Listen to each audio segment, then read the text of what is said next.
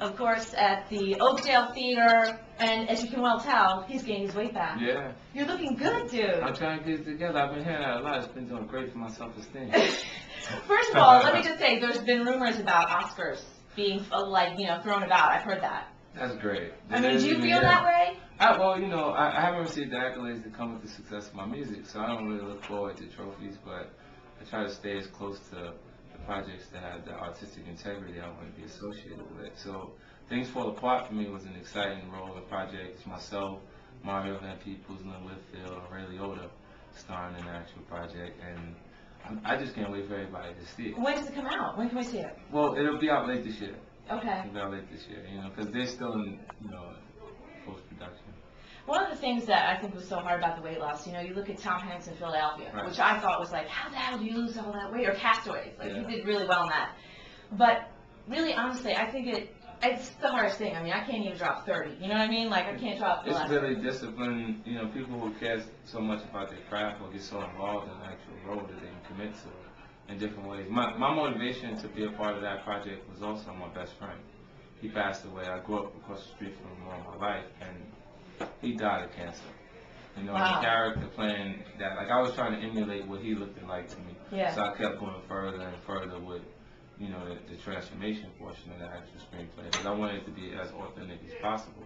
And my performance away from that, I even used some of the things he said to me, some of the things, because I improv certain portions of the actual film.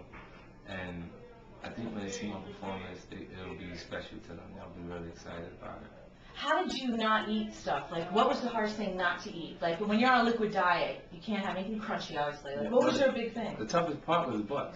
The bus. Because everyone has what's necessary for them to function Right. and live on the tour, on the actual tour buses. These things are right in front of you. So is it like liquid shakes that you would just make, protein shakes, and that was it? Well, that, like, nutrients. Nutrients. Things, muscle milk, monster milk. Like, what was the calorie intake a day?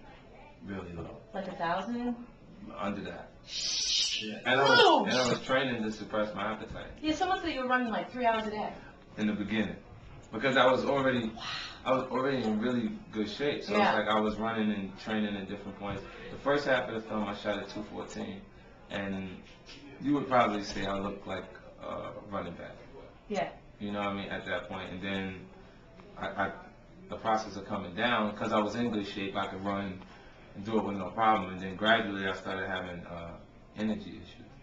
Yeah. For not eating, When you get to a certain body fat, they say that you can get bloody noses and stuff like that too. Yeah, well, that didn't happen to me, Okay. but I was pretty low. Yeah, And then towards the end, I made it back actually 168 pounds when I made it back to the U.S. And then the reason why no one saw me is because I flew private during the whole tour, everything. So when I got back, I did I lost the last 8 pounds, and I was like taking water pills to drain me completely out, like.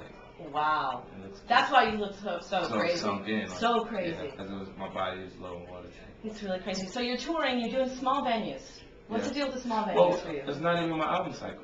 Yeah, I know. That's what's really weird. Like, yeah. you're on tour and you don't even have, like, really anything out right So now. it's like, it's cool for me to still go out and be able to see the people, because I did a tour outside of the country, in UK, where following this tour, I go to Brazil. There's nothing changed for me as far as me as an artist internationally. Yeah. They understand, because those records were bigger hits overseas than they were here. Isn't that weird? Yeah. It's real weird. Like Baby by Me and Do You Think About Me made it to further radio positions on international radio stations than it did in America. And it's just, I think it's just choices and climates that change. Like, you got some radio stations that are southern-based radio stations that have a groove going on in that market, that feel like they don't actually have to look at the broad scope, or those bigger artists that feel like they don't need them, that they can be #1 with a record. Like in Baton Rouge, they can play Lil Boosie. Yeah, exactly. And him experiencing what he's experiencing being incarcerated increased some of the interest in him, and you've seen some of his spins go up in the area because he's on their mind. He just got charged with murder. Yeah. So that just increased his. Yeah, it's been playing in different territories, and then it's interesting how it actually works. But how do you deal with the criticism? Because people like Media Takeout were talking about the fact that you can't sell out a place now. Yeah, well, you look at Media Takeout, and they're probably not talking about Christina Aguilera taking a tour down. Before, she even goes out. Like, Mariah Carey is indeed a new album out to go tour. Well, they're saying that same thing about Rihanna. She's having trouble touring. Right, but this is the entire population of artists, period. They're going to point to 50 Cent because I'm on their mind.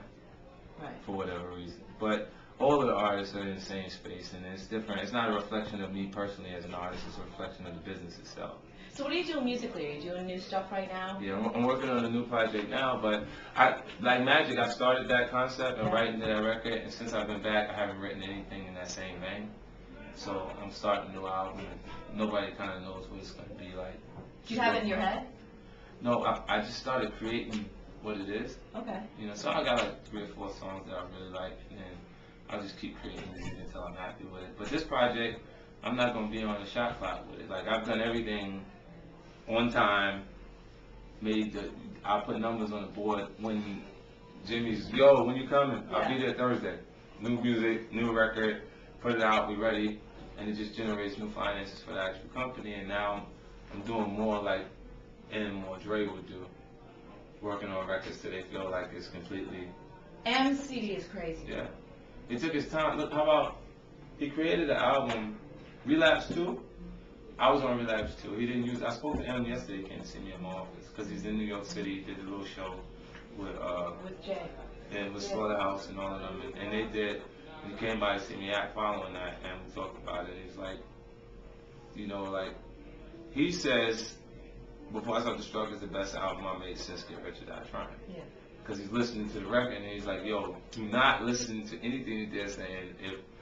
If I watched the computer, I would have already killed somebody. Yeah. You know what I'm saying? Like, and then I'm like, you know, I don't care about what, you know, people's opinions. These people are at home uptight about being under the circumstances they're under. We all have pressures. Yeah. Separate pressures. They may be worrying about the light bill. Our pressures are completely different. You know, to continue being successful as an artist, and the passion that I've developed for it makes me want to be a winner. So when you have criticism, does it bother you, or would you like Well, I've always been an underdog. Yeah. Even as a favorite, the underdog, because I've competed. And I've done the things that I felt like were a part of hip-hop culture and a portion of what I fell in love with initially. Because battling has always been a part of the culture. I battled with artists that challenged me that didn't have a fraction of the success or generate even a portion of the actual interest involved, just to keep hip-hop going. Right. At that point. And now it's like, even the conscious rapper, the guy who used to say something that was socially conscious, like your Common Sense, your Most Def, your Tyler Quality, they're missing. Do you like Drake? I mean, are you? It's cool. Yeah. Yeah. You know what I'm saying? And the things that he actually does, because his record and his music doesn't embody any aggression, allows him to be a rap artist and an R&B artist at the same time. Yeah. Yeah. I know that you kind of like got on Diddy for that whole thing with Nicki and Kim. We don't have to go over that anymore. Yeah. You know what's interesting? He's not an artist.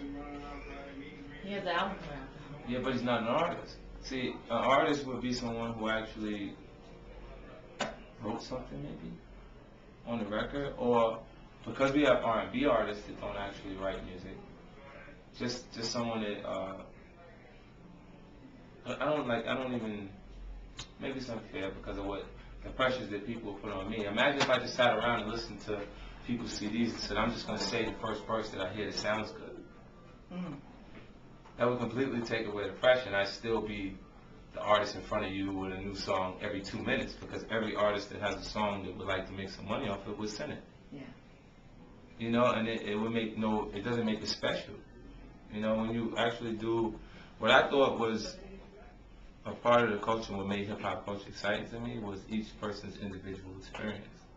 How you learn to enjoy them as an individual and their portion of their life, carving out that piece. What you learn from them. Right. Yeah. So when that's not there because they're just being executive, like you say, you don't write rhymes, you write checks, that's not hot. Like for hip-hop, it's not. Right. For, you know, maybe another genre it works, R&B or something else. Because they're made. These people are all made. And when their companies decide that they're gone immediately, because they couldn't even figure out what to do without a team of people figuring it out for them. And you've only kept a small team around you. Yeah, like if me, my next record, all my music is still a reflection of my choices. I'm a writer, I build the album.